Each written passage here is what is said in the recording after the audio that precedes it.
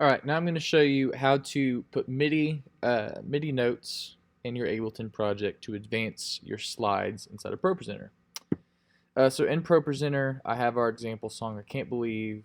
It's titled correctly, I Can't Believe by Elevation Worship. We are selected on our Ableton arrangement. My first slide is a graphic with our arrangement arranger, I don't know what it's called. I have my song in order.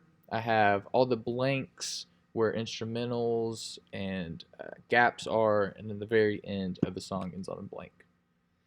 So now that everything is in order, all 57 slides in ProPresenter, we're ready to send MIDI from Ableton.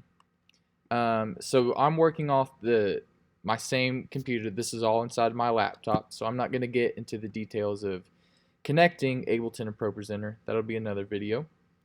But what I am going to do is I'm going to get my windows configured where I can see both Ableton and ProPresenter. So I'm going to drag my preview window over a little bit.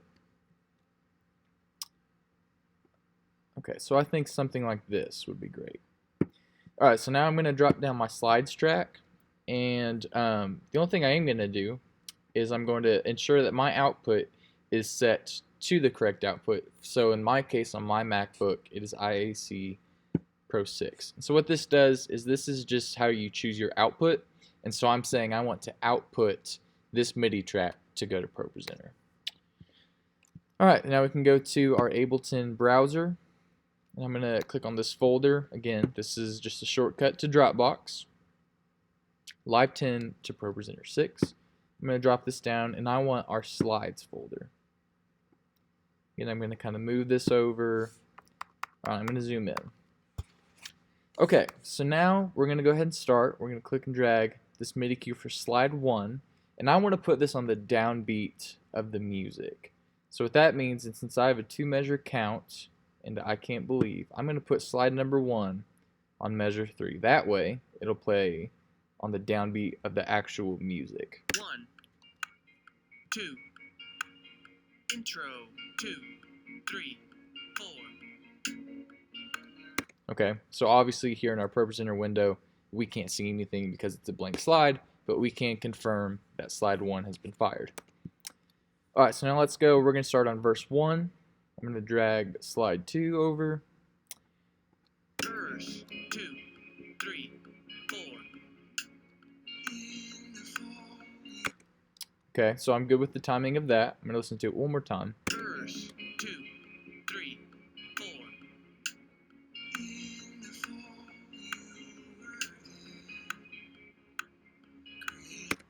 Okay, so you see that as the song is playing through, I can just keep clicking and dragging slides over, and I can confirm with my preview window that the lyrics are changing.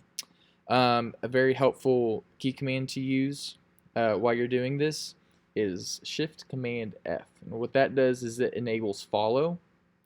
So I'm going to close out of this bottom window. So follow is this yellow button up here. So if follow is not enabled and I start playback, I'm going to start right here.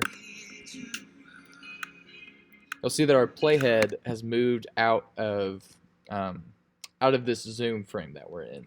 But if I click during playback, Shift-Command-F, now it locks our playhead into the middle of our view, and we can always see where it's moving. So sometimes if you drag a slide in from your browser, it will disable follow, and so instead of having to stop and come up here and push this button, you can use the key command Shift-Command-F. So what I'm going to do now is I'm just going to go through the rest of the song like I have here at verse 1, and I'm going to put in MIDI cues for the rest of the project. So let's just go ahead and say that I'm done. So what I would do is I would come down here to the very end of my project, I would click, and I'm going to go back to the very beginning, hold down Shift, select the beginning, Command J. What that does is just like our MP3, just like our guide audio track, it consolidates all of the small individual MIDI cues into one big file.